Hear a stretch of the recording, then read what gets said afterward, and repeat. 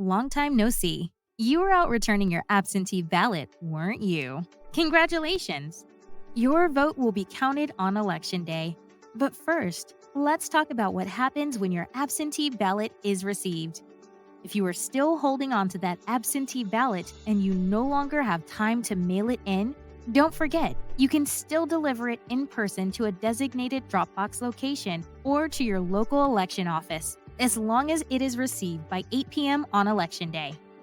Once your absentee ballot packet is received by your election official, it will be stamped with the date and time.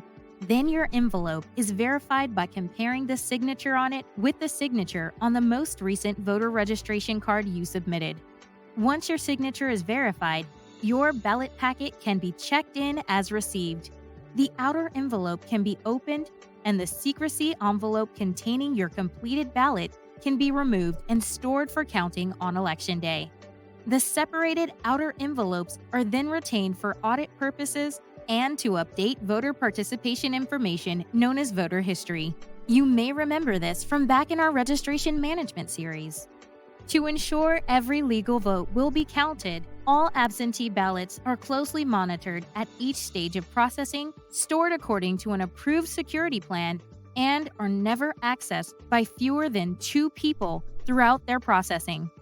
Keep in mind, however, that once your ballot is accepted and separated from your outer envelope, the ballot itself becomes anonymous to guarantee the privacy of your vote. It is possible to see where you are in the absentee voting process at any time online at voteidaho.gov. You will be able to see if you have an outstanding absentee ballot request, if your ballot packet has been sent to you, or if you've returned your ballot packet, whether it was checked in as acceptable or not based on your signature verification. This information can help you stay informed and alert you to any potential problems along the way.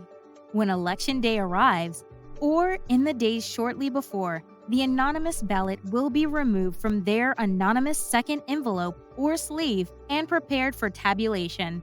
This is where election officials will actually count your vote in a process known as tabulation. We'll dive into tabulation more in a series specifically on that topic. But for now, know that just as much attention is paid to those steps as are applied here in ballot verification.